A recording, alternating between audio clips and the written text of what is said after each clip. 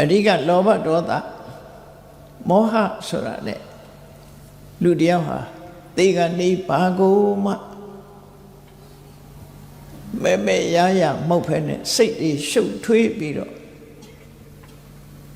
သေကနေမှာအိမ်မက်ထဲမှာကြားရီတွေးလိုက်သမင်းနေတွေးလိုက်ခွေအုပ်ကြီးတွေးလိုက်တောတွေတောင်တွေတွေးလိုက်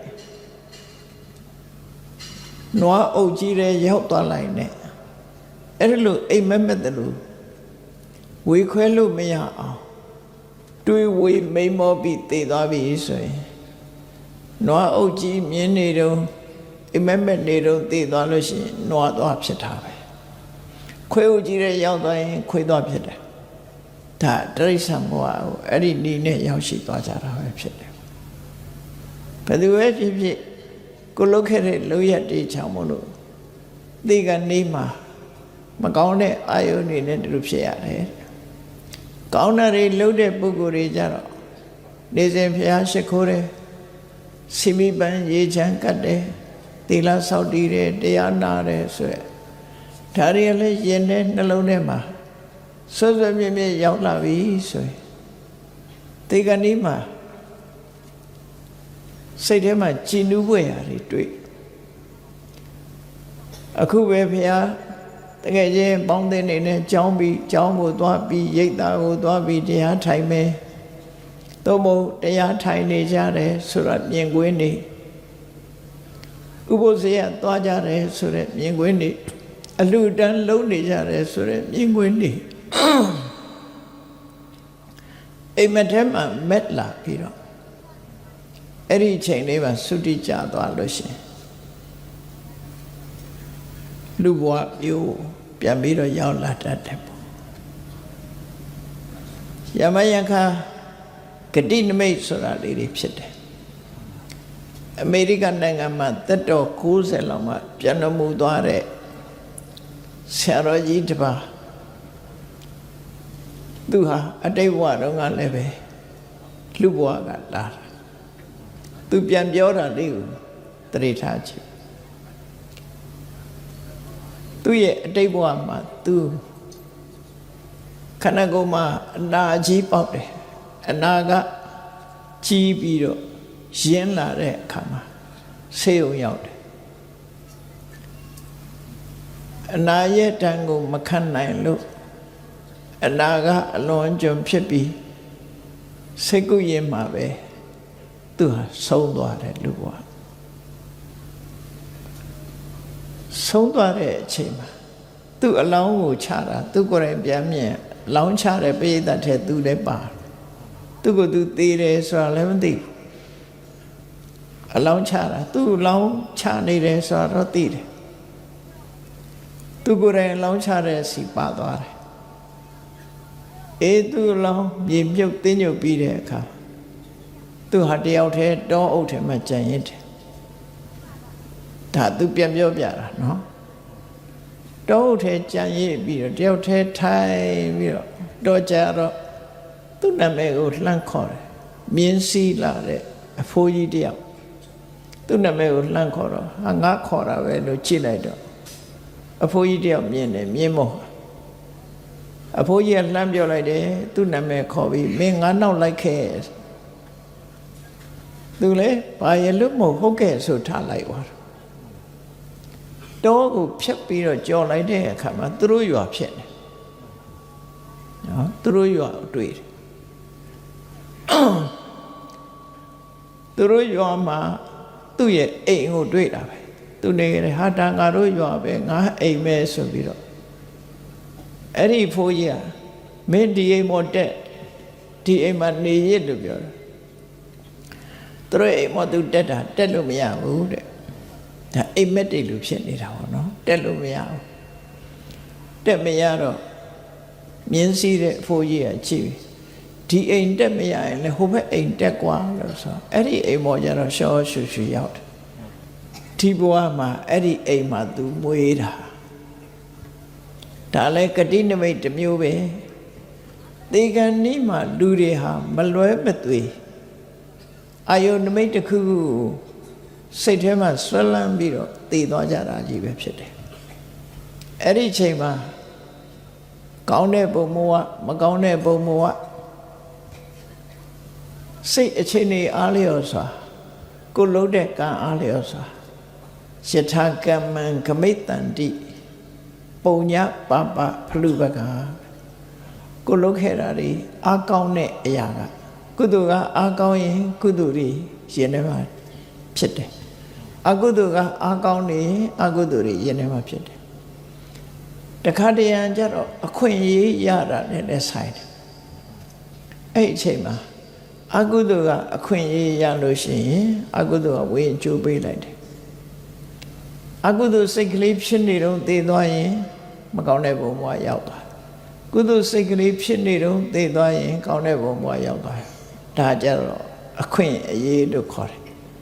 အဲ့ဒီအခွင့်အရေးနဲ့လည်းဖြစ်နိုင်တယ်ထီဖွင့်တာတွေတွေ့ဘူးကြလိုက်ပဲခဏမျိုးစုံရေးထားတဲ့ဘောလုံးလေးတွေကိုလှည့်ပြီးတော့ထုတ်လိုက်တဲ့အခါဘယ်ကဏ္ဍအရင်ထွက်မယ်ဆိုတာပြောလို့မရဘူးအနည်းဆုံးရောက်နေတဲ့ကဏ္ဍကအရင်ထွက်သွားတယ်ဘောလုံးလေးကအရင်ထွက်သွားတယ်အဲ့ဒါလိုပဲလူတွေဟာလွန်ခဲ့တဲ့အချိန်တွေကလုပ်ခဲ့တဲ့ကုသိုလ်ကိုပြန်ပြီးတော့အောက်မေ့သွားတာလည်းရှိတယ်ငယ်စဉ်ကလုပ်ခဲ့တဲ့အကုသိုလ်တွေကိုပြန်ပြီးတော့အောက်မေ့ပေါ်ပြီးတော့ဒုက္ခရောက်သွားတဲ့ပုဂ္ဂိုလ်တွေလည်းရှိတယ်ဘယ်ဟာအောက်မေ့မယ်ဆိုတာတမန်ပုထုဇဉ်ပုဂ္ဂိုလ်တယောက်အနေနဲ့ဆုံးဖြတ်နိုင်စွာမရှိဘူးဥပမာမဲ့အိပ်ပျော်နေလို့ရှိရင်အိမ်မက်ဆိုတာထိန်းချုပ်လို့မရဘူးလေသူမက်ချင်တာမက်တာသူမက်ချင်တာမက်တေဂဏီမှာအိမ်မက်လို့ဟာမျိုးတွေမက်ပြီးတော့သိဆုံးသွားတဲ့အခါမှာဘဝတစ်ခုရောက်သွားကြဒါတမန်ပုထုဇဉ်ပုဂ္ဂိုလ်တွေဟာဒီအနေအထားမျိုးနဲ့ဖြစ်သွားကြတာပဲအဲ့ဒီအချိန်မှာလိမ္မာပတ်တဲ့မိကောင်းဆွေကောင်းသားကောင်းသမီးကောင်းရှိတဲ့ပုဂ္ဂိုလ်တွေကြတာကုသိုလ်ကောင်းမှုပြုပေးတယ်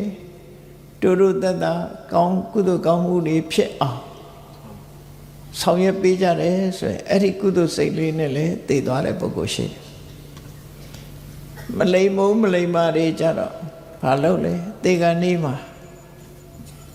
ဗန်စာအုပ်ပင်နဲ့ထားခဲ့တယ်ရွှေကဘယ်နှမြုပ်ထားတာတော့ဘသူစီကျွေးတောင်းစရာဘယ်မှာရှိတော့လဲဆိုတည်တဲ့လူကိုစိတ်မဖြောင်းအောင်လုပ်လိုက်လို့ကတိကောင်းဖြစ်သွားတဲ့လူလည်းရှိတယ်တေဂဏီစိတ်အခြေအနေဆိုတာအမှန်တမ်းအရေးကြီးတာပေါ့ကောင်းတဲ့စိတ်နဲ့တည်သွားရင်ကောင်းတဲ့ဘုံဘဝရောက်သွားနိုင်သေးတယ်ပေါ့နော်ဒါကြောင့်လူဘဝဆိုတာဒီပုံစံနဲ့သွားတာဘယ်သူကမှကိုယ်ထိန်ချုပ်တာမဟုတ်ဘူးကိုလို့တဲ့ကံတွေကအဲ့ဒီကံတွေဟာကိုယ်စီမှာပါလာပြီးတော့တင်သတ္တအနုကံဟောတိဒီတဝါတည်းမကဘူးနောက်ဘဝမှာလည်းပဲကိုယ့်ရဲ့နေမှာရှိနေတယ်ဆိုတာငယ်ငယ်ဟာအကြောင်းအရာတွေဟာပျောက်နေတော့လေတခါတည်းမစင်စားဘဲနဲ့ပေါ်လာထထတွေတတိထားပေးကြပါလေအဲ့ဒါခေါင်းထဲမှာပေါ်လာတယ်ဆိုတာကိုလုတ်ခဲ့တာတွေရှိနေတယ်ဆိုတာတတိထားမှာဖြစ်တယ်အဲ့ဒီပုံနဲ့ဘဝမှာသွားနေကြတာအရေးကြီးတာဘာလဲလို့ဆိုလို့ရှိရင်တန်တရားထဲမှာအမှားအယွင်းတွေလွဲချော်မှုတွေဖြစ်နေတတ်တယ်အမှားအယွင်းဆိုတာလွဲမှားမှုတွေပေါ့လွဲမှားတယ်ဆိုတာ၃မျိုးရှိတယ်စာပေကလွဲမှားမှုကိုဝိပ္ပန္နတလို့ခေါ်တယ်ဝိပ္ပန္နတဆိုတာလွဲမှားစွာထင်ခြင်းမြင်ခြင်းတင်ညာဝိပ္ပန္နတဆိုတာအထင်လွဲတာအထင်မှားတာစိတ်တဝိပ္ပန္နတဆိုတာအတိမှားတာဒိဋ္ဌိဝိပ္ပန္နတဆိုတာအမြင်မှားတာအမှတ်၃မျိုးရှိတယ်နော်အမှတ်မှားတာလည်းရှိအမှတ်မှားတာတွေဆိုရင်တမန်အပြင်ကိုပစ္စည်းလေးပဲနားထားတယ်ဆိုတာတခါတလေအမှတ်မှားနေတာရှိတယ် ဘသူပေးလိုက်တယ်မပေးလိုက်ဘူးဆိုတော့လည်းအမှတ်မှားခြင်းမှားတယ်မေ့တတ်တဲ့ပုဂ္ဂိုလ်တွေအဲ့တော့မှားယွင်းမှုဆိုတာဖြစ်တတ်တယ်တမန်အဖြစ်ပုထုဇဉ်တွေဟာတင်ညာဝိပ္ပန္နတာဆိုတဲ့အမှတ်မှားမှုစိတ်ဓာတ်ဝိပ္ပန္နတာဆိုတဲ့အတိမှားမှုဒိဋ္ဌိဝိပ္ပန္နတာဆိုတဲ့အမြင်မှားမှုအဲ့ဒီအမှား၃မျိုးတွေနောက်ွယ်မှာဘာဖြစ်လဲဆိုရင်လှုပ်ဆောင်တဲ့ကံကြမ္မာတွေဖြစ်ပေါ်လာတယ်မှားတာကိုအကြောင်းပြုပြီးတော့အမှားတွေရပ်တာမဟုတ်ဘူးအမှားကိုအမှန်ထင်ပြီးတော့အမှားအယွင်းတွေကိုထပ်ပြီးတော့လှုပ်တယ်လှုပ်တဲ့အခါကျတော့ကံတရားတွေဖြစ်လာပြန်တယ်ပေါ့နော်ဆိုပါစို့သူတော်ဘာအသက်တတ်လို့ရှိရင်ကောင်းကင်ဘုံရောက်တယ်လို့တကယ်ရောက်မရောက်ကိုယ်တိုင်လည်းမသိဘူးအဲ့ဒါကိုအမြင်မှားပြီးတော့သူရတဲ့တွေကိုလက်ရဲဆဲရဲတတ်တယ်အဲ့လိုတတ်လို့အမှားအယွင်းကိုအမှန်ထင်ပြီးတော့လှုပ်ထားရကြတော့အယူဝါဒနဲ့ပတ်သက်သည့်အတွက်ကြောင့်ဒိဋ္ဌိဝိပ္ပန္နတာလို့ခေါ်တယ်ဒိဋ္ဌိဝိပ္ပန္နတာတင်ညာဝိပ္ပန္နတာဆိုတဲ့အမှတ်မှားမှုဆိုတီကောင်နဲ့ခောက်ဆွဲရခက်ဆင်ညမှာတီကောင်ဟင်းညိုချက်ထားတာကိုခောက်ဆွဲဟင်းညိုမှတ်ပြီးတော့တောက်မနေ့ကြတဲ့အခါကျတော့တီကောင်ဟင်းညိုဖြစ်တယ်ခောက်ဆွဲဟင်းညိုအမှတ်နဲ့တောက်တော့ကောင်းတယ်တီကောင်မှန်းသိတဲ့အခါကျတော့ရော့နေအန်နေအဲ့ကြတော့ဒါကအမှတ်မှားတာလို့ခေါ်တယ်ဥပမာတစ်ခုကြည့်ပဒုံလေးတစ်ကောင်ရဲ့အမှတ်မှားမှုကျက်တူရေးတစ်ကောင်ရဲ့အမှတ်မှားမှုတပြေပင်ကြီးတစ်ပင်မှာအသီးတွေကတီးနေတယ်တပြေသီးဆိုတာညိုညိုလေးနော်မှဲ့ပြီဆိုလို့ရှိရင်အညိုရောင်လေးကျက်တူရေးရဲ့နှုတ်သီးဟာနီးရောင်နီးရဲနေတာပဒုံဆိုတဲ့အကောင်ကပန်းပွင့်အနီတွေတွေ့လို့ရှိရင်သူကပန်းဝတ်ရည်ကိုစုပ်မယ်ပန်းတွေကအနီရောင်ရှိတယ်အစိမ်းရောင်အဖြူရောင်ရှိတယ်ဝါရောင်ရှိတယ်ကျက်တူရေးတစ်ကောင်ကတပြေပင်ပေါ်မှာနားနေတယ်ပဒုံတစ်ကောင်ကပြန်လာတယ်ကျက်တူရေးရဲ့နှုတ်သီးကိုကြည့်ပြီးဒီပင်ကပွင့်နဲ့ပန်းပွင့်လို့အောင်မေ့ပြီးတော့နှုတ်သီးပေါ်သွားနားတယ်ကျက်တူရေးကလည်းပဲတပြေသီးစားနေတဲ့ကျက်တူရေးဖြစ်သည့်အတွက်ကြောင့်ပဒုံတစ်ကောင်နားလိုက်တဲ့အခါမှာတပြေသီးကြီးလို့ထင်ပြီးတော့ပဒုံကိုစားလိုက်တယ်အဲ့တော့ကျက်တူရေးကလည်းမှားတယ်ပဒုံကလည်းမှားတယ်အဲ့တော့မျိုးကြတော့တင်ညာဝိပ္ပန္နတာလို့ခေါ်တယ်အဲ့ဒီလိုအမှားမျိုးတင်ညာဝိပ္ပန္နတာတန်တရားထဲမှာအမှားယွင်းနေနဲ့လှုပ်ဆောင်ပြီးတော့နေကြတယ်အတိမှားတယ်အယူမှားတယ်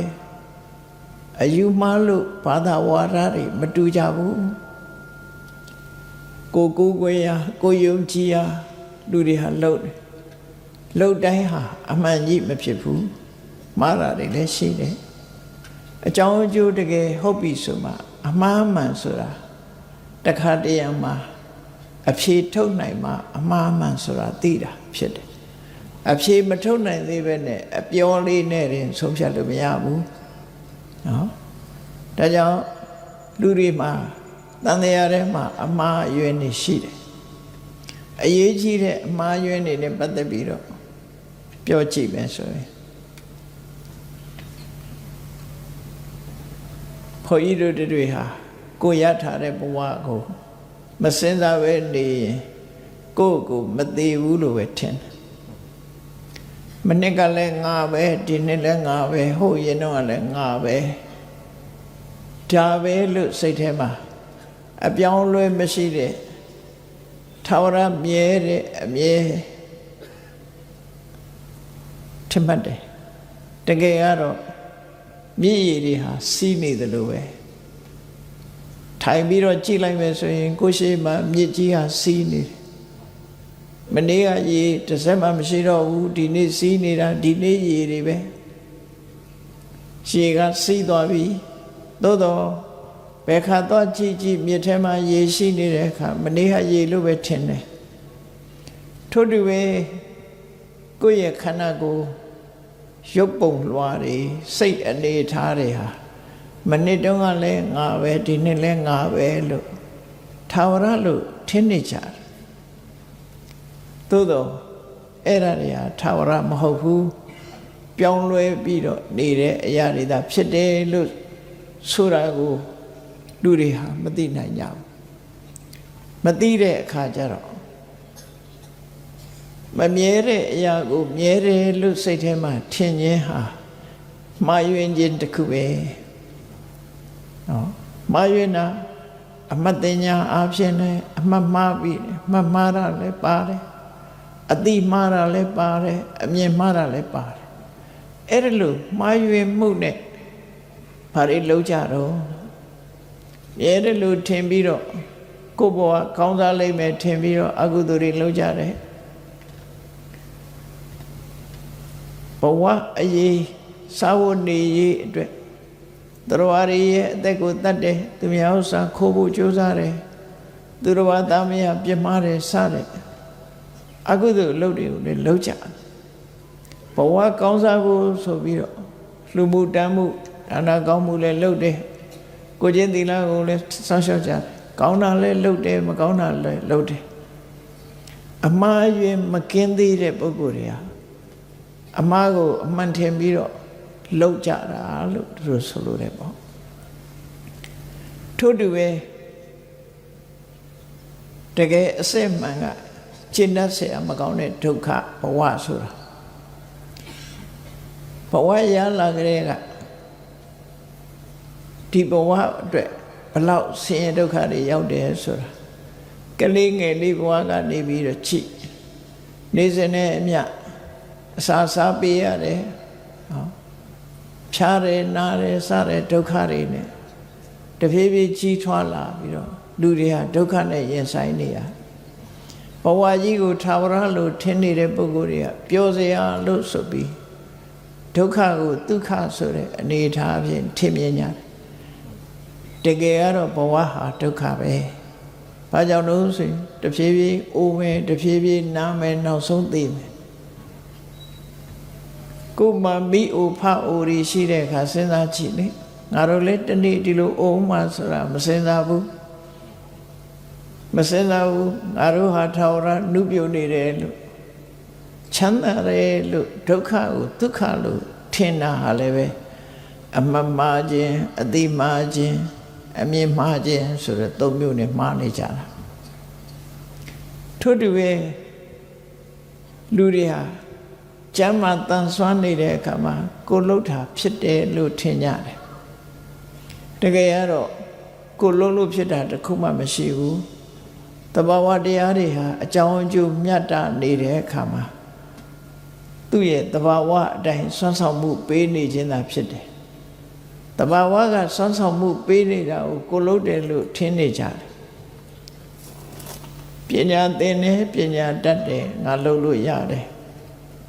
စီဝါဥစ္စာရှာတယ်စီဝါဥစ္စာတွေဖြစ်တယ်ငါလှုပ်လို့ရအလုံးငါလှုပ်လို့ရတယ်ငါအလိုတိုင်းပဲအကုန်ဖြစ်တယ်လို့စိတ်ထဲမှာထင်တယ်စဉ်းစားကြည့်နောက်ဆုံးမှာကိုယ်ခန္ဓာကိုယ်ကြီးဟာလေဖြတ်သွားရင်ငါလှုပ်လို့မရဘူးဆိုတာအဲ့ကြတော့မှတွေ့ပြန်တယ်အကြောင်းအကျိုးမညီညွတ်လို့တခုဖြစ်သွားရင်ငါလှုပ်တိုင်းမရဘူးဆိုတာသဘောပေါက်လားအေးငါလှုပ်လို့ရတယ်လို့ထင်နေတာအတ္တတကယ်ကတော့သဘာဝတရားတွေအကြောင်းအကျိုးညီညွတ်နေတဲ့အခါမှာသွားနေတာ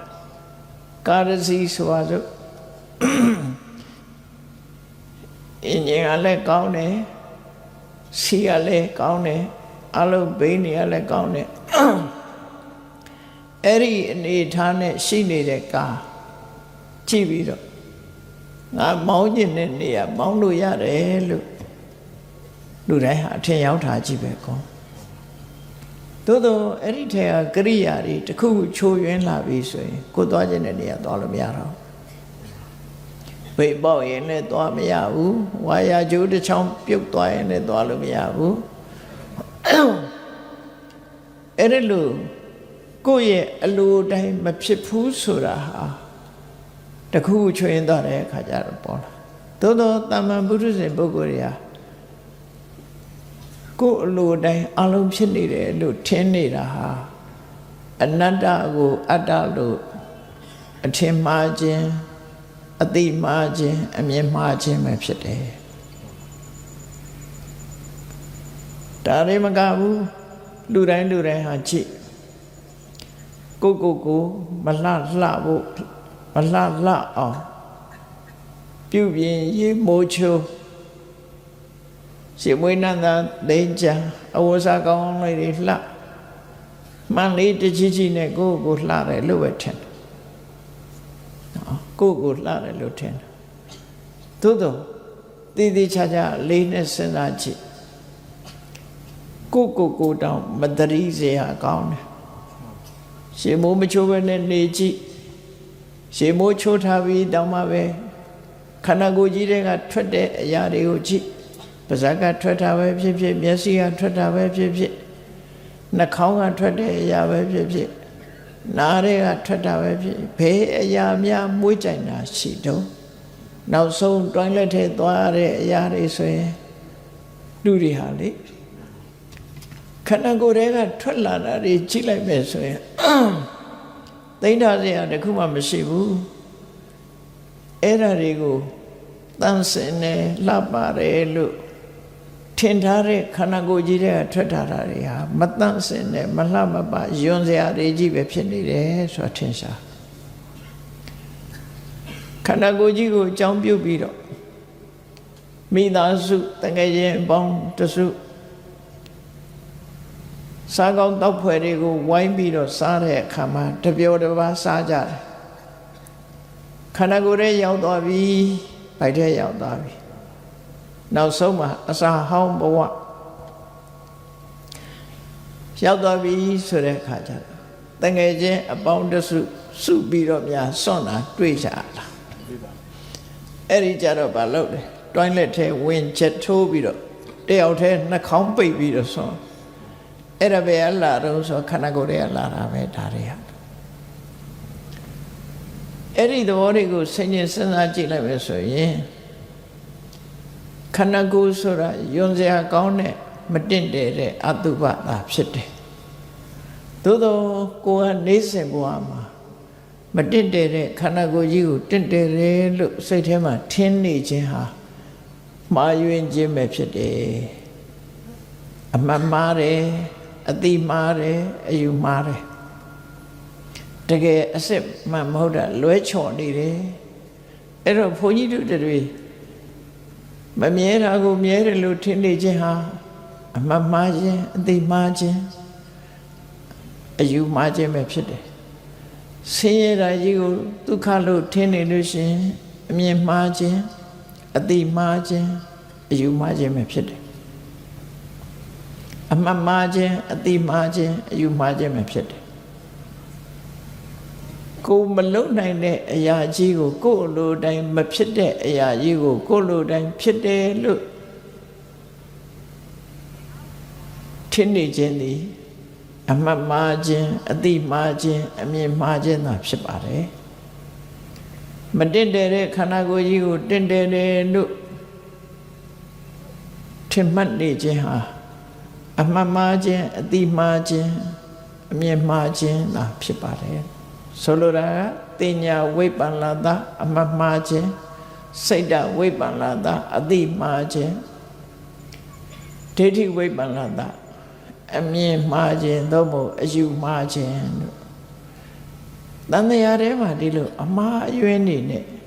လူတွေဟာနေစဉ်ဘဝမှာနေကြအဲ့ဒီမှားယွင်းမှုကိုအကြောင်းပြုပြီးတော့ကောင်းမှုမကောင်းမှုဆိုတာတွေကိုလောက်ကြပြန်တယ် လောက်ကြသည့်အတွက်ကြောင့်ကောင်းကျိုးဆိုးကျိုးတွေကိုလူတွေဟာရရှိပြီးတော့နေကြတယ်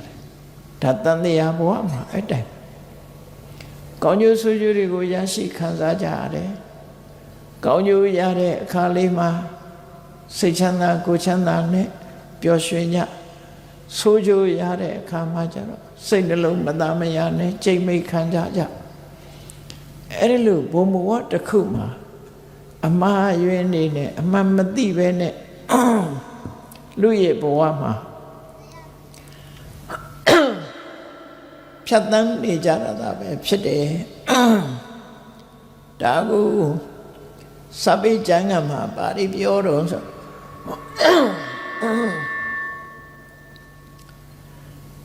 အနိစေနေသတင်ကြီးနောဒုက္ခေသဒုက္ခတင်ကြီးနောမမြဲတဲ့ခန္ဓာ၅ပါးကိုမြဲတယ်လို့အမှတ်မှားတယ်ဆင်းရဲတဲ့ခန္ဓာကြီးကိုချမ်းသာတယ်လို့အမှတ်မှားတယ်အနတ္တနိသအတ္တတိကိုယ်လိုတိုင်းမဖြစ်တဲ့ခန္ဓာကြီးကိုကိုယ်လိုတိုင်းဖြစ်တယ်လို့အမှတ်မှားတယ်အတုဝေသူဝတင်ကြီးနောမတင့်တယ်တဲ့ခန္ဓာကိုယ်ကြီးကိုတင့်တယ်တယ်လို့အမှတ်မှားတယ်အဲ့ဒီလိုမှားယွင်းနေတဲ့ပုဂ္ဂိုလ်တွေတရဝတွေဟာမိစ္ဆာဒိဋ္ဌိဟတ္တတတ္တာခိတ္တစိတ်တာဝိတင်ကြီးနောရှုနှံခြင်းတစ်မျိုးပဲမမှန်ကန်တဲ့အတွေးတွေကိုအကြောင်းပြုပြီးတော့စိတ်ယူပေါက်နေခြင်းသာဖြစ်တယ်ယဟန္တာပုဂ္ဂိုလ်တွေအရိယပုဂ္ဂိုလ်တွေအနေနဲ့ကြည့်လိုက်လို့ရှိရင်ပုထုဇဉ်တွေဟာယူနှံနေတဲ့ပုဂ္ဂိုလ်တွေပုထုဇဏောဥမ္မတကောလို့ဒါကြောင့်ပြောတာတာမန်ပုဂ္ဂိုလ်တွေကတော့ကြည့်နေလူတယောက်ဟာအဝတ်ကလည်းဆွဆွပြက်ပြက်အမိုက်ပုံထဲမှာဟိုဟာရဲရှာတာရဲရှာဆိုတဲ့အယူတယောက်ကိုမြင်ရင်ဒီလူကြီးဟာယူနေတာပဲလို့ပြောကြမှာပဲနော်ကိုလည်းအဲ့ဒီပုံစံဖြစ်နေအရိယာသူတော်စင်တွေကကြည့်မယ်ဆိုရင်အမိုက်ပုံကြီးထဲမှာရဲရှာနေတာနဲ့တူနေတယ်ကာမဂုဏ်အာယုန်ဒီပေါ်မှာတမက်တမောနဲ့မခွဲနိုင်မခွာနိုင်ဆွဲလန်းနေခြင်းဟာစိတ်ဓာတ်ယူသွတ်နေခြင်းပဲဖြစ်တယ်ဒါကိုအမှားအယွင်းကိုကအကောင်းထင်တယ်တကယ်အကောင်းမဟုတ်ဘူးအဲ့ဒီလိုဘဝတစ်ခုရနေတယ်အဲ့ဒီလိုရနေဘာဖြစ်လဲဒီယောဂယုတ်တာမာရတအာယောဂခေမိနောစနာကိလေသာတွေရဲ့နှောင့်ဖွဲ့ထားမှုခံရတဲ့ပုဂ္ဂိုလ်တွေဟာဘယ်တော့မှငြိမ်းချမ်းမှုဆိုတာရှိမှာမဟုတ်ဘူးတဲ့ရှင်ထဲကပူလောင်မှုတွေနဲ့တတ္တခိစ္ဆန္တိတန္တာရံဇာတိမရဏကာမိနောမွေးဖွားလိုက်သေဆုံးလိုက်မွေးဖွားလိုက်သေဆုံးလိုက်ဆိုတဲ့တန်တရားထဲမှာဘုန်းကြီးတွေဟာလူဖြစ်လာပြီမကြခင်သေသွားကြပြန်နောက်တစ်ခါပြန်မွေးပြန်နောက်တစ်ခါသေသွားပြန်နဲ့အဲ့လိုတရဝရီရဲ့ထုံတန်းစင်လာအတိုင်းတန်တရားကြီးတွေကထွက်ပေါက်မရအောင်တဝဲလေလေဖြစ်နေကြတာဖြစ်တယ်အဲ့ဒီတန်တရားတွေကအမှားယွင်းနေကိုမြတ်စွာဘုရားပွင့်လာတဲ့အခါကျတော့မှသိလာတယ်မြတ်စွာဘုရားကအမှားယွင်းနေနဲ့ပတ်သက်ပြီးတော့ဘုရားပွင့်လာတဲ့အခါမှာထောက်ပြဖို့ယတာသဗုဒ္ဓောလောကသမေဥပ္ပစ္စန္တိပပင်္ဂရာလောကကြီးကိုအလင်းရောင်ပေးတဲ့ဘုရားမြတ်စွာပေါ်လာတဲ့အခါမှာဒေမန္ဓမ္မံပကသင်္တိဒုက္ခပသမခာမိနာဆင်းရဲဒုက္ခတွေကလုံးဝချုပ်ငြိမ်းသွားတဲ့လမ်းကြောင်းကြီးတစ်ခုကိုရောက်စေနိုင်တဲ့တရားဓမ္မကိုဟောပြပေးတယ်။မှားယွင်းမှုတွေကိုတဲ့ပေးတယ်အမှန်တွေ့အောင်ဓမ္မလမ်းကြောင်းနဲ့ပေးတယ်။မြတ်စွာဘုရားဟောတဲ့ဓမ္မလမ်းကြောင်းဆိုတာမမြဲတာကိုမမြဲဘူးလို့သိအောင်ဆင်းရဲတာကိုဆင်းရဲတယ်လို့သိအောင် ကိုလို့လို့မရတဲ့ကိုအလိုတိုင်းမဖြစ်တဲ့အရာတွေကိုမဖြစ်ဘူးလို့သိအောင်ကိုခန္ဓာကိုယ်ရဲ့မတင့်တယ်မှုမတင့်တယ်ဘူးလို့သိအောင်လမ်းကြောင်းအမှန်ကိုဖော်ပြပြီးတော့ရှင်းလင်းစွာဟောပြပေးတယ်အဲ့လိုရှင်းလင်းဟောပြပေးတဲ့တရားကိုနားလဲရတဲ့အခါကျတော့တေတံသုတ်တော်နာတပ္ပညာအသိပညာရှိလို့မြတ်စွာဘုရားဟောကြားတဲ့တရားကိုနားလဲရတဲ့အခါကျတော့ပင်ကိုစိတ်ကလေးပြန်ရလာတယ်ပင်ကိုစိတ်ဆိုတာကောင်းတာကိုကောင်းတယ်လို့သိတယ်မကောင်းတာကိုမကောင်းဘူးလို့သိတယ်ယူနှံနေတဲ့ပုဂ္ဂိုလ်တယောက်ဟာမစင်ကိုမစင်လို့မသိတော့ဘူးမစင်ကိုတခြားအရာမြင်ပြီးတော့မစင်နဲ့ရွှေမကွဲပြားတော့ဘူးအဲ့ဒါလို့ယူနှံသွားတဲ့ပုဂ္ဂိုလ်တယောက်ဟာအမှတ်တင်ညာတွေမေးလျော့ပြီးတာမန်လူတွေမလုပ်တဲ့အလုပ်တွေကိုလုပ်လာအဲ့ဒါလိုပဲပုထုဇဉ်တွေဟာတမန်အရိယာပုဂ္ဂိုလ်တွေရှောင်တဲ့အရာတွေကိုအကောင်းထင်ပြီးတော့လုပ်နေကြအေးကိုယ်စိတ်ကိုရတဲ့အခါဘုရားဟောတဲ့တရားကိုနားလဲရတဲ့အခါမှာကိုယ်စိတ်ကိုပြန်ပြီးတော့ရလာအဲ့ဒီနေရာမှာမြတ်စွာဘုရားကဥပမာလေးဟောထားတာရှိတယ်လူတယောက်ဟာတဲ့မျက်စိနှစ်ကွင်းအလင်းမရဘူးအဲ့ဒီအချိန်မှာလူပြောင်လူနောက်တွေနဲ့တွေ့တဲ့အခါမှာစုပ်ပြက်ညစ်ပေနေတဲ့အဝတ်ကြီးကိုပိုးပစိုးလို့လိန်ပြောပြီးတော့အဲ့ဒီလူကိုဝတ်ပေးထားကြတယ်အဝတ်ကယွန်းစရာကောင်းတယ်ညစ်ပေစုပ်ပြက်နေတဲ့အဝတ်ကြီးကိုသူဆင်ပေးထားတယ်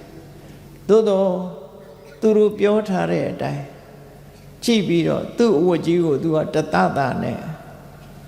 တမိုးကြီးမှတဲ့အဝတ်ကြီးသူဝေးရတယ်လို့စိတ်ထဲမှာထင်နေတယ်တနေ့ကျတော့မျက်စိကူးပေးတဲ့ဆေးသမားတော်နဲ့တွေ့တဲ့အခါမှာအစွမ်းထက်တဲ့မျက်စင်းကိုခတ်ပေးလိုက်တယ်ခတ်ပေးလိုက်တဲ့အခါသူ့မျက်စိကပြန်မြင်တယ်ပြန်မြင်တဲ့အခါသူ့အလိန်ခံထားရတယ်ဆိုတာအဲ့ဒီကျမှသိတယ်စုပ်ပြတ်ပြီးတော့ဒီအနန္တကလည်းမကောင်းညစ်ပေးနေတဲ့အဝတ်ကြီးကိုဝတ်ပေးထားတယ်ဆိုတဲ့လူတွေပေါ်မှာမကြည်မနှက်ဖြစ်သွားတယ်သူစိတ်အမှန်ပြန်ရတဲ့အခါအကောင်းနဲ့အဆိုးကိုသူကမြင်သွားနိုင်တယ်အဲ့ဒါလိုပဲဘုန်းကြီးတို့တွေဟာအဆိုးကိုအကောင်းထင်နေကြတယ်အကောင်းကိုဆိုးထင်နေကြတယ်ကိုယ်စိတ်ကိုပြန်မရကြဘူးစိတ်အမှန်ပြန်မရောက်ကြမြတ်စွာဘုရားရဲ့အဆုံးအမတရားကိုနားလဲရတဲ့အခါမှာကိုယ်စိတ်ကိုအမှန်ရပြီးတော့မမြဲဘူးဆိုတဲ့အရာကိုမမြဲဘူးလို့မြင်တတ်လာတယ်ဆင်းရဲတယ်ဆိုတဲ့အရာကိုလည်းဆင်းရဲတယ်လို့မြင်တတ်လာတယ်ကိုယ်လိုတိုင်းမဖြစ်ဘူးဆိုတဲ့အရာတွေကိုလည်းကိုယ်လိုတိုင်းမဖြစ်ဘူးလို့မြင်တတ်လာကြတယ်မတင့်တဲ့အရာကိုလည်းမတင့်တဲ့အရာလို့မြင်တတ်လာတယ်သမ္မာဒိဋ္ဌိသမ္မာဒါနသဗ္ဗဒုက္ခဥပိစ္ဆတိအမှန်ကြီးမြင်လာတဲ့အခါကြတော့မှအခက်ခဲတွေဆင်းရဲဒုက္ခတွေအလုံးကိုကျော်လွှားသွားနိုင်တယ်တော့တန်တရားတွင်မှာအမှားအယွင်းနေကြောင်းလူတွေဟာတန်တရားထဲမှာ32ပုံစုံကြီးဆန်းကြီးလူဘဝရောက်လိုက်နတ်ဘဝရောက်လိုက်ငရဲတိရစ္ဆာန်ဘဝရောက်လိုက်နဲ့ဘုံဘဝတွေမှာကံကြမ္မာအတိုင်းစုံကြီးဆန်းကြီးအတိမကျပုံဘဝတွေသွားနေရတဲ့အနေအထားကြီးတစ်ခုအမှန်ကန်သိလာပြီဆိုတဲ့အခါမှာ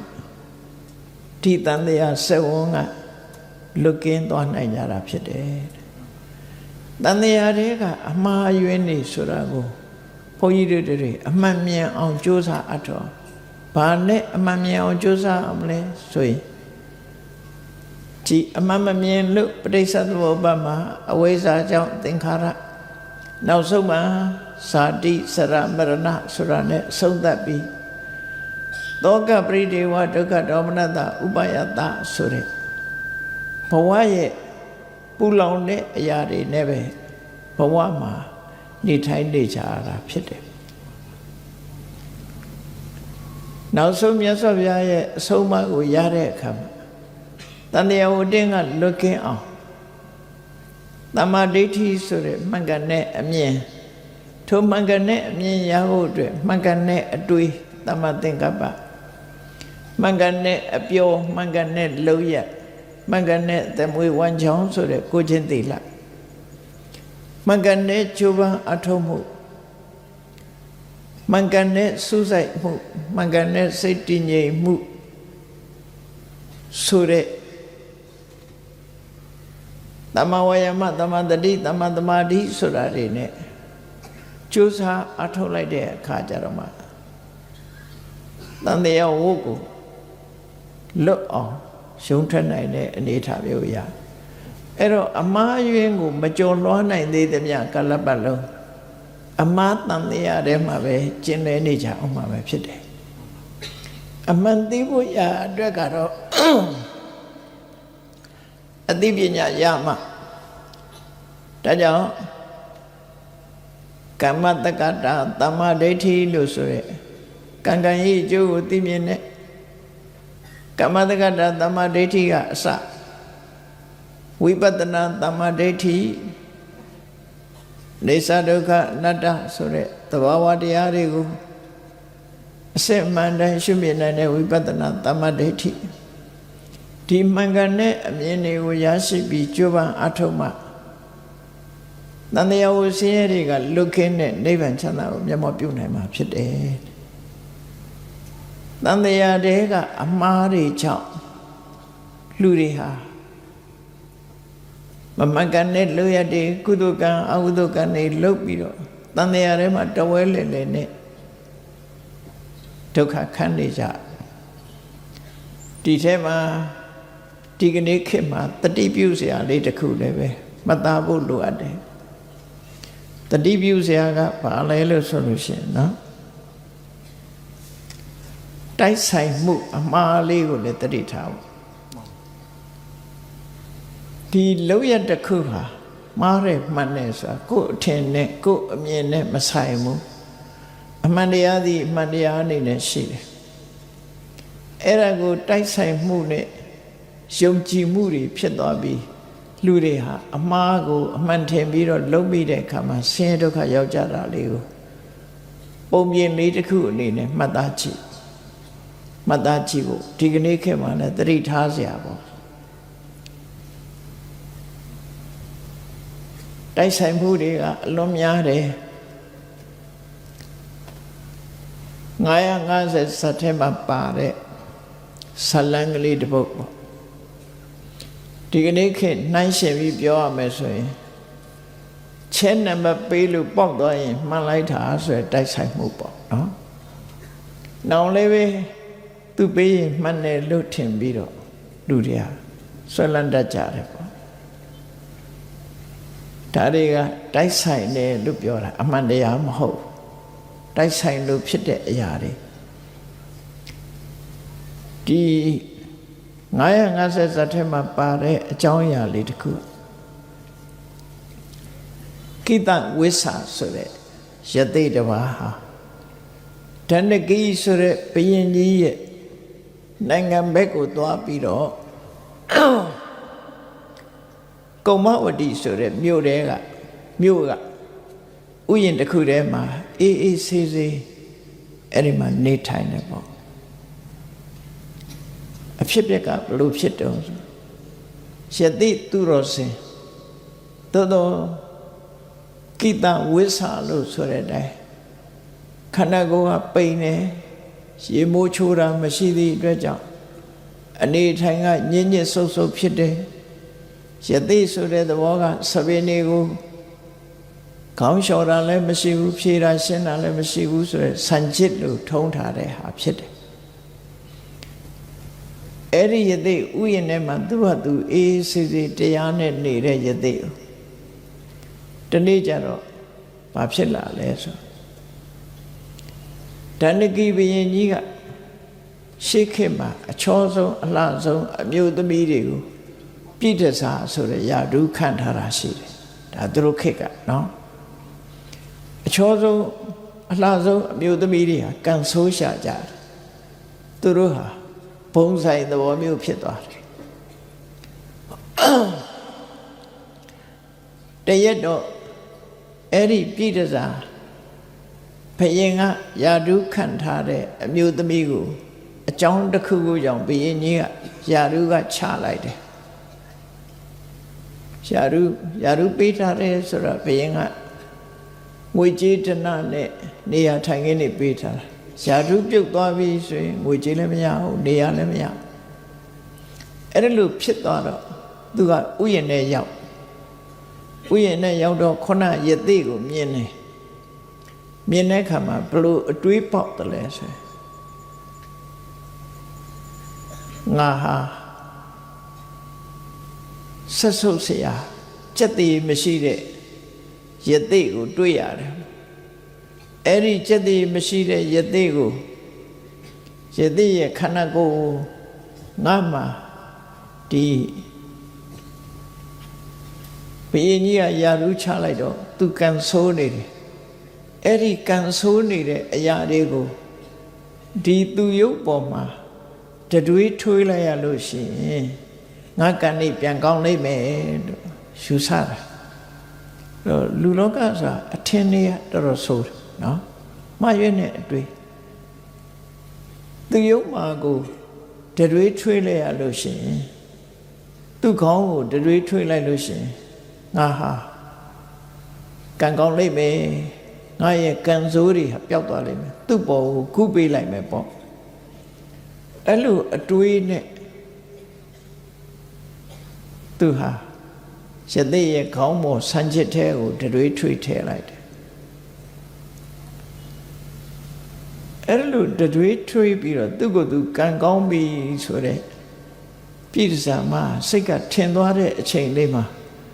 ဘုရင်ကြီးကလိုက်ရှာခေါ်ပြီးတော့သူ့ကိုယာဓုပြန်ခံလိုက်တယ်တိုက်ဆိုင်သွားတာနော်တိုက်ဆိုင်သွားတယ်သူ့စိတ်ထဲမှာဘာဖြစ်သွားလဲ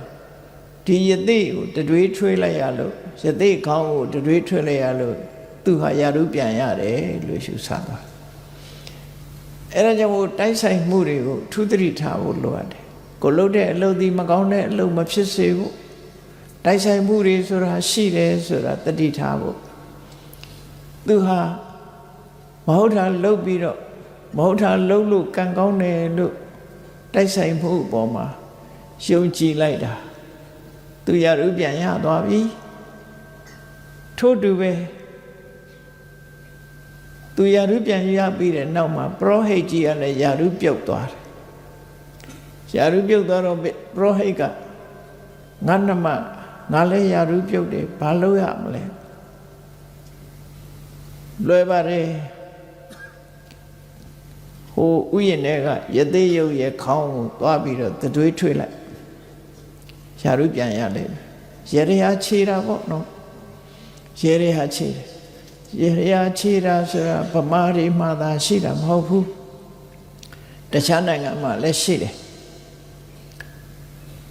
အင်္ဂလိပ်လိုရေရဟာခြေတယ်ဆိုတဲ့စကားလုံးကိုသိကျင်လို့ရှိရင်ပြောပြမယ်ရေရဟာခြေတယ်ဆိုတာမကောင်းတဲ့ကံတရားတွေကိုကောင်းအောင်ပြန်လုပ်တယ်ဆိုတဲ့အဓိပ္ပာယ်သူတို့ကြတော့ဘလို့သုံးလို့ဆိုရင်နော် keeping bad luck away bad luck ဆိုတာမကောင်းတဲ့ကံတရားတွေကိုတခြားကိုပို့ထားတယ် keep bad luck away ဆိုအဲ့ဒါရေရခြေတယ်ဒုတိယကံမကောင်းမှုဆိုရင်မကောင်းတဲ့ကံတွေကိုအဝေးပို့ထားတယ်ဒါရေရခြေတယ်ကိုအဲ့ဒီပုံနာကြီးယာဓုပြုတ်သွားတော့ကံမကောင်းမှုသူလည်းရေရခြေလို့ရှိရင်ယာဓုပြန်ရလိမ့်မယ်ဆိုရခဏခက်လည်းခြေနေကြတာပဲလေရေရတွေအဲ့တော့ကောင်းတဲ့ခြေရင်တော့ကိစ္စမရှိဘူးမကောင်းတဲ့အလုပ်တွေလုပ်ခြေမဲ့ဆိုရင်ဆိုးကျိုးကလာနိုင်တယ်ပေါ့အဲ့တော့ဒီပရောဟိတ်ပုံနာကြီးကပြည်ထသမပြောတယ်လွယ်ပါတယ်ယာဓုပြန်ရခြင်းအဲ့ဒီဥယျာဉ်ထဲကယသိခေါင်းသွားပြီးတော့တတွေးထွေးလို့ဆိုတော့ပရောဟိတ်ကြီးကလည်းယာဓုပြန်ရခြင်းလို့သွားလုပ်ပြန်တယ် ဟိုယသိကတကယ်သူတော်စင်ကြီးသိခံနေတာဘာမှမလုပ်ဘူးတရွေ့ထွေးလိုက်တရွေ့ထွေးပြီးမကြခင်နောက်တည့်ဘုရင်ကြီးကခေါ်ပြီးသူရာထူးပြန်ပေးတယ်ဟာကံကောင်းသွားပြီရေရကြေသွားပြီယူဆပြန်တိုက်ဆိုင်မှုနော်တိုက်ဆိုင်မှုကိုအမှန်တရားလို့ယူဆပြီးတော့သူကျင့်တတ်တယ်စစ်ပွဲကြုံလာတဲ့အခါမှာအဲ့ဒီဘုရင်ကြီးကစစ်တိုက်ထွက်ရမယ်စစ်တိုက်ထွက်ရမယ်ဆိုတော့ပရောဟိတ်ဗုဒ္ဓရအကြံပေးတယ်ရှင်မင်းကြီးစစ်ပွဲအောင်မြင်သလားအောင်မြင်နေစစ်ပွဲအနိုင်ရချင်လို့ရှိရင်အဲ့ဒီယသိကောင်းသွားပြီးတတွေးထွေးရင်စစ်ပွဲအောင်လိုက်မယ်လူဆိုတာကောင်းတယ်ဆိုရင်သွားလှုပ်တာပဲလေအသိဉာဏ်မရှိတော့ဘုရင်ကြီးရောစစ်ထွက်မဲ့တတ်သားတွေရောအလုံးဥယျာဉ်နဲ့သွားစစ်ထွက်တော့မဲ့အချိန်မှာဥယျာဉ်နဲ့သွားပြီးတော့ရသေးခေါင်းကိုတတွေးတွေနဲ့ထွေးကြတာရသေးကြီးကတော့ဒီတိုင်းပဲသိခံနေရှာတကူလုံးဟာတတွေးတွေနဲ့ပွားပြီးတော့ရသေးဟာခြေထားလိုက်ကြတာအဲ့ဒီလိုပြီးဘုရင်ကြီးကစစ်ထွက်သွားတဲ့အခါတိုက်ဆိုင်မှုနဲ့ဟိုကြတော့စစ်ပွဲအောင်လာပြန်နော်စစ်ပွဲအောင်လာဒါတွေဟာရသေးကြီးကိုတွေးထွေးလို့အောင်တယ်လို့သူတို့ဟာထင်နေကြအမှန်တော့တိုက်ဆိုင်မှုတက်တာဖြစ်တယ်ပေါ့ပြန်လာတဲ့အခါကျတော့အောင်မွေးရလာပြီဆိုစစ်သူကြီးကတော့စဉ်းစားဉာဏ်ရှိတယ်စဉ်းစားဉာဏ်ရှိတော့ယသိကြီးစီသွားပြီးစိတ်မကောင်းစွာနဲ့ရှေးမိုးချိုးပြီးတော့တွေးတွေထွေးထားတာတွေကိုတုတ်တင်ရှင်းလင်းပေးတယ်ပေးပြီးတော့ယသိကြီးကိုလျှောက်တယ်ရှင်ယသိကြီးတိုင်းပြည်ဘာဖြစ်နိုင်တော့ဆိုတော့ယသိကြီးကပြောတယ်အေးငါကတော့အလုံးပေါ်မှာသိခံနဲ့ခွင့်လွတ်တယ်ဒါပေမဲ့လို့နတ်တွေကစိတ်ဆိုးနေကြပြီနတ်တွေကအစီဝေးထိုင်နေပြီဒီတိုင်းပြည်တစ်ခုလုံးကိုမြေမြုပ်ပြစ်မယ်ဆိုပြီးတော့အစီဝေးဆုံးဖြတ်ထားပြီနော်သူတို့လောက်ရကိုတိုက်ဆိုင်မှုကြောင့်ခဏတစ်ပြုတ်ကောင်းသွားတာကိုသူတို့အကောင်းထင်နေကြတယ်နတ်တွေကစိတ်ဆိုးနေပြီဒီတိုင်းပြည်ကြီးကိုဖျက်ဆီးလိုက်မယ်ဆိုတော့စစ်သူကြီးဟာသူ့သားမယားမိသားစုပစ္စည်းဥစ္စာတွေကိုယူပြီးတခြားတိုင်းပြည်ဘက်ကိုထွက်ပြေးသွားတယ်ခုနှစ်ရက်မြောက်တဲ့အခါကျတော့ကောင်းကင်ယံကသဲလေးတွေအပေါ်ကနေပြီးတော့မိုးပေါက်မဟုတ်ဘဲနဲ့သဲမုံလေးတွေရွာချလာသဲမုံလေးတွေကတန့်ပြန့်ပြီးတော့နေတော့မြေပြင်နေပေါ်မှာလည်းအကုန်လုံးတန့်ပြန့်သဲမုံလေးတွေခင်းထားသလိုပဲတန့်ပြန့်သဲမိုးရွာပြီးတဲ့အခါကျတော့ပန်းမိုးတွေရွာလိုက်တယ်လူတွေကဝမ်းသာကြတယ်မြေကြီးကလည်းတန့်နေတယ်မွေးကြိုင်နေတဲ့ပန်းမိုးတွေကလည်းကောင်းပေါ်ကကျလာတယ်ခြေနဲ့နေကြတာလူတွေကပျော်လိုက်ကြတာခဏနေတော့ဒီငွေကြေးတနဒင်္ဂါရွာချပြန်တယ်တန်မိုးသိမ့်မကြီးတဲ့ဒင်္ဂါလေးတွေရွာချလိုက်တယ်ဟာအလူရဲ့လူတွေကဒင်္ဂါတွေရွှေဒင်္ဂါတွေကိုကောက်ကြတယ်ငါတို့ဟာကံကောင်းတာဒီယသိတရုပ်ကြီးကိုလှုပ်လို့ငါတို့ကံကောင်းလာကြပြီလို့စိတ်ထဲမှာထင်နေကြတယ်ဒင်္ဂါမှုတွေရွာချပြီးတဲ့အခါမှာကောင်းကင်ယံကလက်ဝတ်ရတနာတွေချလာပြန်တယ်ရှူကြတယ်လူတွေကပြောကြလက်ဝတ်ရတနာတွေဝတ်ကြစားကြတယ်သိမကြဘူးလက်ဝတ်ရတနာတွေလောဘနဲ့လူတွေဟာအိမ်ထဲမှာတယောက်မှမရှိအပြင်ထွက်ပြီးတော့နောက်ထပ်ဘာလာအောင်မလဲလို့မျောနေတဲ့အချိန်မှာမိကြီးခဲတွေပေါ်နေကြလာအဲကြတော့လောင်ပြီးတကူလုံးအကုန်လောင်တာဘယ်သူမှပြေးမလို့တော့ဘူးပေါ်မိကြီးခဲတွေရွာချပြီပြီးတဲ့အခါကျတော့ဓာမိုးလှမိုးတွေကြွလာပြီအကုန်လုံးတရှိသရဝါတွေအကုန်လုံးဓာတွေလှနေနဲ့ခုတ်ဖြတ်ပြီးတော့လူတွေဟာပိုင်းပိုင်းတစ်ပြတ်ပြီးအဲ့ဒီဘဝရောက်ပြီးသိဆုံးကုန်ကြအဲ့ဒီအချိန်ကျတော့မှ တဲမိုးကြီးတစ်ခါထပ်ရွာချတဲမိုးကြီးရွာပြီးတော့လူတွေကောင်းတွေကိုအကုန်လုံးဖုံးပြစ်လိုက်တယ်ဖုံးပြစ်လိုက်တဲ့အခါအဲ့ဒီမြို့ကြီးတစ်မြို့လုံးဟာမြို့ပြက်ကြီးမြေပြင်ကြီးတစ်ခုဖြစ်သွားတယ်အားလုံးဟာမြေကြီးတွေပါမြုပ်ပြီးတော့အလောင်းတွေပါဖုံးပြီးတော့အားလုံးဟာပျက်စီးဆုံးရှုံးသွားတယ်ဘာတစ်ခုမှမကြံအောင်အကုန်လုံးဖုံးပြစ်လိုက်တယ်နတ်တွေကသူတော်ကောင်းကိုပြမာတဲ့လူတွေကိုဒဏ်ခတ်တဲ့အနေနဲ့လှုပ်လိုက်တာပဲဖြစ်တယ်ဒါဟာတိုက်ဆိုင်မှုကိုအကောင်းထင်ပြီးတော့မဟုတ်တာတွေလုံးလို့ရှင်လဲကောင်းညိုရတယ်လို့လူတွေကယူဆကြတယ်အဲ့ဒါရဲ့အပြစ်ဒဏ်ကိုခံလဲရလို့ဒီကနေ့ထိအဲ့ဒီနေရာမှာသဲပြင်းကြီးတောအုပ်ကြီးအနေနဲ့သာရှိတယ်မြို့ပြန်မဖြစ်တော့ဘူးတဲ့အဲ့ဒီနေရာမှာဒါက950ဇတ်ထဲမှာသရဘိင်္ဂဇတ်ဆိုတာရှိတယ်အဲ့ဒီလိုမိုးတွေမရွာခင်ခုနကယသိကြီးကိုသူတို့ရဲ့ခေါင်းဆောင်ဆရာယသိကြီးကတမ္မာတဲ့ယသိနှစ်ပါးကိုထမ်းဆက်နဲ့လွှတ်လိုက်ပြီးတတွေထွေးခံရတဲ့ကိတဝိဆယသိကိုဝေးရာကိုတည်ဆောင်သွားတယ်အဲ့ဒီယသိလည်းတည်ဆောင်သွားရောခုနလိုမိုးတွေအမျိုးမျိုးရွာချပြီးလူတွေအလုံးသိဆုံးသွားကြတယ်ဒါဟာတိုက်ဆိုင်မှုလို့တိုက်ဆိုင်မှုကိုဟုတ်ထင်ပြီးတော့မှားယွင်းမှုတွေကိုလှုပ်ဆောင်ကြလို့ဒုက္ခရောက်တယ်ဆိုတာသင်္ကန်းစာအနေနဲ့မှတ်သားဖို့လိုအပ်တယ်မှားယွင်းမှုအမှား၃မျိုးအမှန်မှားခြင်းအတိမှားခြင်းအမြင်မှားခြင်းဆိုတဲ့တင်ညာဝိပ္ပန္နတစိတ်တဝိပ္ပန္နတဒိဋ္ဌဝိပ္ပန္နတအနိစ္စကိုနေစ္စလို့ဒုက္ခကိုဒုက္ခလို့အနတ္တကိုအတ္တလို့အတုပကိုတုပလို့အထင်မှားခြင်းအမြင်အမှတ်မှားခြင်းအတိမှားခြင်းအမြင်မှားခြင်းဆိုတဲ့၃မျိုးနဲ့အကြောင်းအရာ၄မျိုးကိုမြောက်လိုက်တဲ့အခါမှာဝိပ္ပန္နတမှားယွင်းခြင်း12မျိုးဆိုတာတန်တရားထဲမှာရှိနေကြတဲ့ပုဂ္ဂိုလ်တွေရှင်တဲ့နှလုံးထဲမှာဖြစ်တတ်တဲ့အမှားတွေပဲဖြစ်တယ်အဲ့ဒီအမှားတွေကိုသမ္မာဒိဋ္ဌိသမ္မာသင်္ကပ္ပသမ္မာဝါစာသမ္မာကမ္မန္တသမ္မာအာဇီဝသမ္မာဝါယာမသမ္မာတတိသမ္မာသမာဓိဆိုတဲ့သီလသမာဓိပညာမဂ္ဂင်၈ဖြာအကျင့်တရားဖြင့်ဖယ်ရှားနိုင်မှသာလေ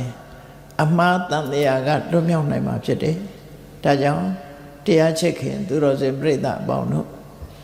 အမှားယွင်းကိုမှန်ထင်းနေပြီးလှုပ်ဆောင်သမျှဟာဆင်းရဲဒုက္ခနဲ့ကြုံတွေ့ရတတ်တာဖြစ်သောကြောင့်မြတ်ဗုဒ္ဓရဲ့သာသနာတော်နဲ့ကြုံတွေ့တဲ့အချိန်မှာမိမိတို့ကိုယ်တိုင်အမှားကိုအမှားလို့သိဖို့အမှန်ကိုအမှန်လို့သိ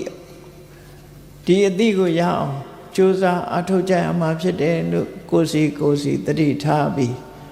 အမှားနဲ့အမှန်ခွဲခြားသိပြီးအမှားကိုရှောင်ရှားလို့အမှန်တရားကိုကြိုးစားနိုင်အောင်တတိဆောင်၍ကျင့်ကြံကြိုးကိုပွားများအားထုတ်နိုင်ကြပါစေကုန်သတည်း